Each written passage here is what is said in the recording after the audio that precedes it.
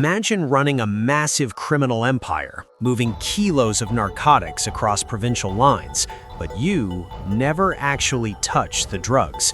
You never sell them yourself. You don't even keep them in your house. You are a ghost.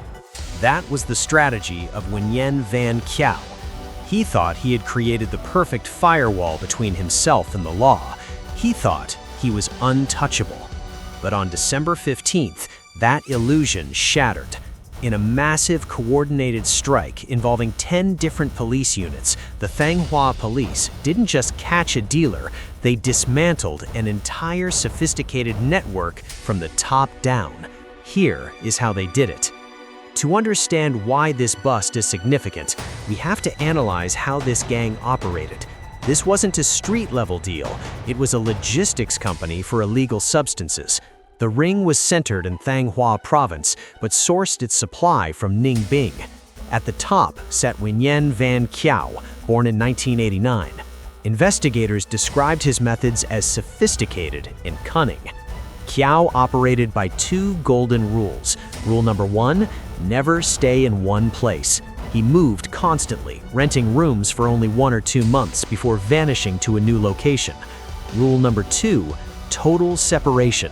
Kieu didn't use drugs, he didn't hide drugs in his house, and he never handed drugs to a buyer.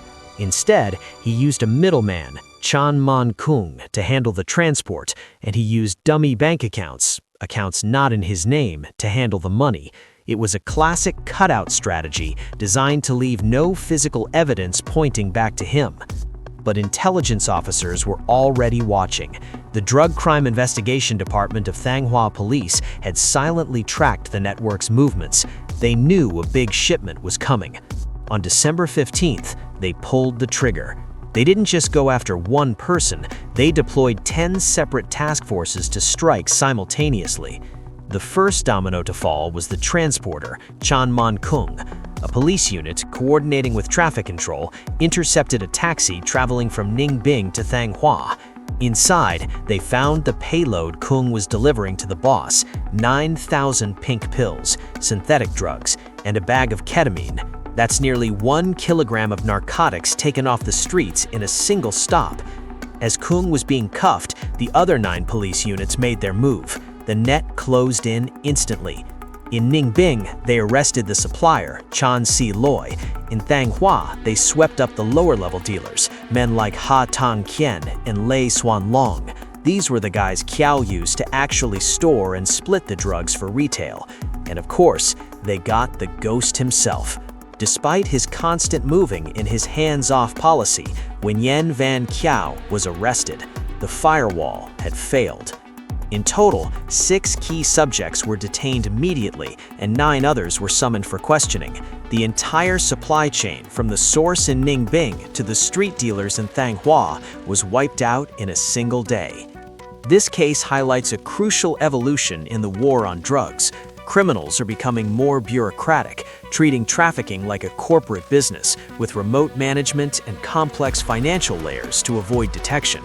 But it also proves that no matter how many layers of separation you create, digital footprints and physical surveillance can still connect the dots. Nguyen Van Kieu thought he could manage a drug empire without getting his hands dirty. But in the end, the law has a very long reach. What do you think about the tactics used by this group? Let me know in the comments below. Don't forget to like and subscribe for more deep dives into Vietnamese crime and law enforcement. Stay safe, and I'll see you in the next video.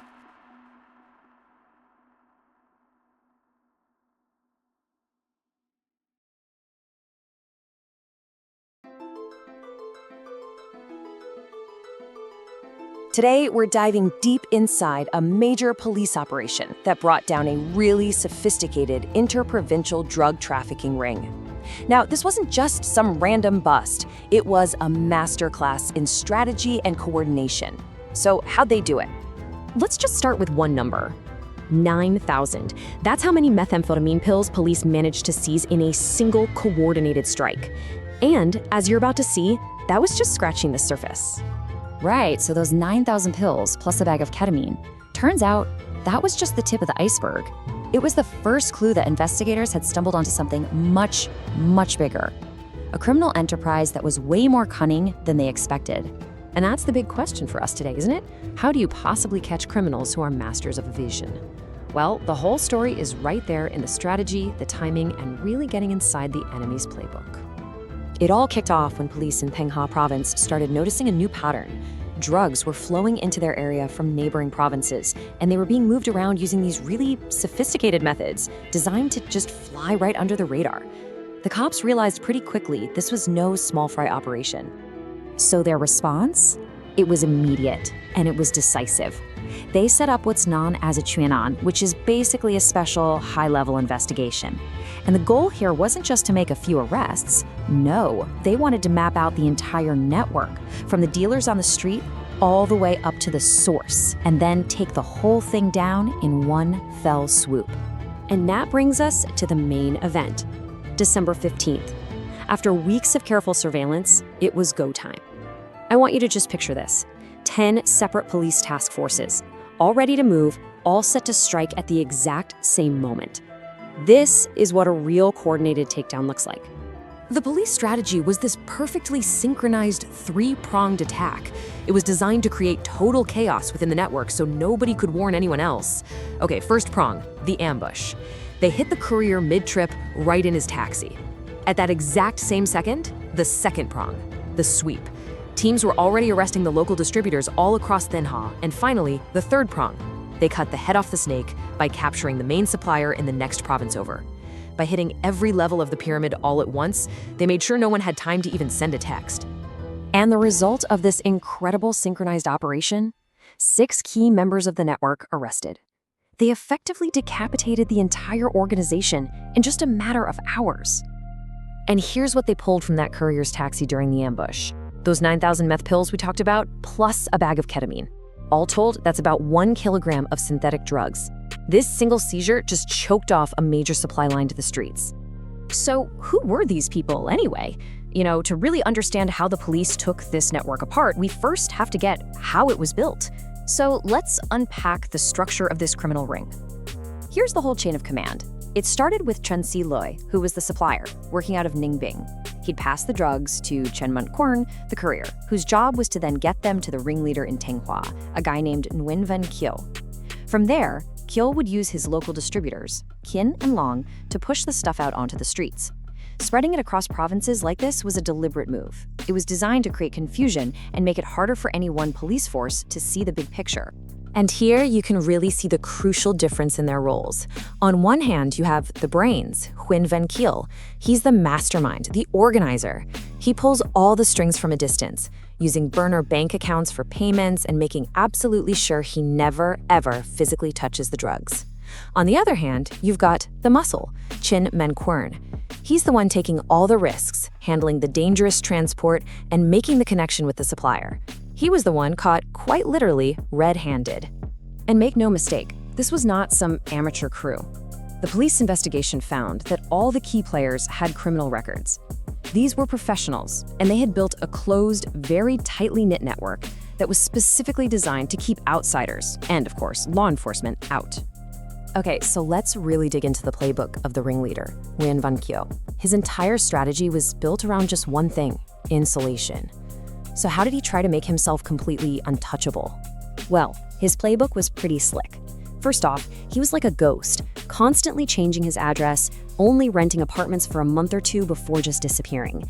Any payments were made through burner bank accounts that had zero connection to him, and here's the most important part. He never personally used, stored, or sold the drugs. The second shipment arrived, it was immediately handed off to his lieutenant. This really redefines what we think of as a ringleader in a modern criminal network. It's not just about being the boss. It's a very specific strategy. It's about masterminding the whole operation from a safe distance, building layers of separation to keep your own personal risk as low as possible. And that right there is why that three-pronged attack we saw earlier was so brilliant. The ringleader's whole insulation strategy only works if his chain of command is still standing. By taking out the courier, the distributors, and the supplier all at the same time, the police just collapsed the entire structure at once. The ringleader was left exposed, a general with no army and nowhere to hide. This successful takedown gives law enforcement a powerful blueprint. But it also raises a pretty critical question.